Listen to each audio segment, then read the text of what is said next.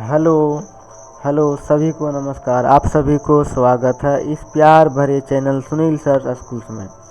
आप सभी का प्यारा सा दोस्त आप सभी को दिल से स्वागत करता हूं। उम्मीद करता हूं आप भी खुश होंगे, मस्त होंगे, स्वस्थ होंगे, अच्छा होंगे। चलिए आज हम प्रीवियस ईयर का क्वेश्चन डिस्कस करने जा रहे हैं ITES का।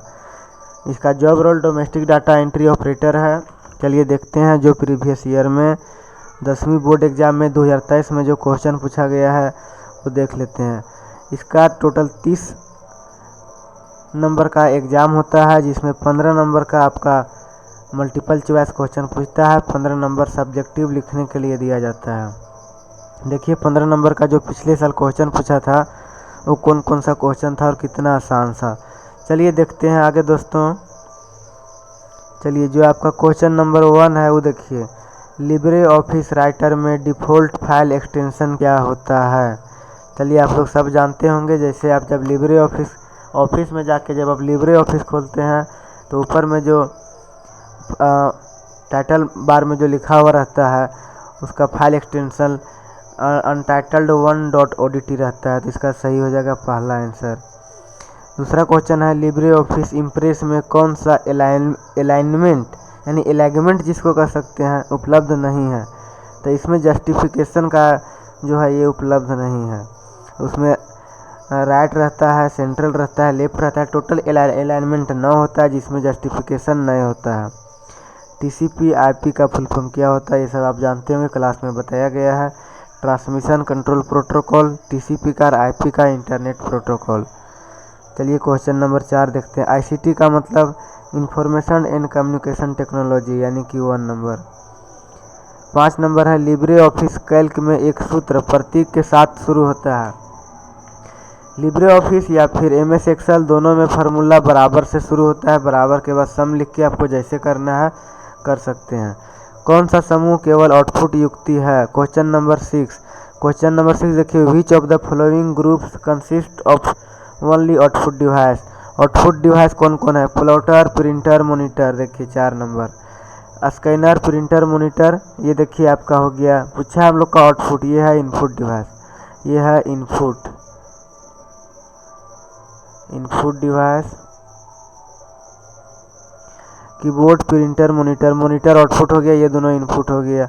माउस, प्रिंटर, मॉनिटर, ये मॉनिटर आउटपुट है, यहाँ इसके चलते आउटपुट डिवाइस पूछ रहा है तो 4 नंबर होगा।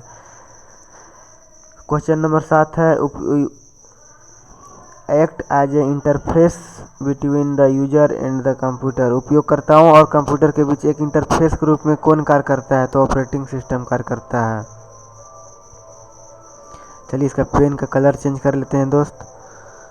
उसके आगे देखिए क्वेश्चन नंबर 8, प्रेजेंटेशन के पहली स्लाइड को क्या कहते हैं, यानी PPT जो होता है उसका पहला स्लाइड को क्या कहते हैं, तो टाइटल स्लाइड यानी कि title slide.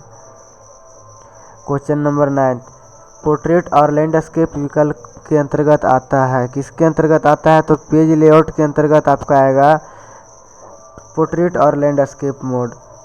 Question number 10, Libre office writer में न्यू स्टाइल के लिए किस शॉर्टकट कुंजी का उपयोग करते हैं।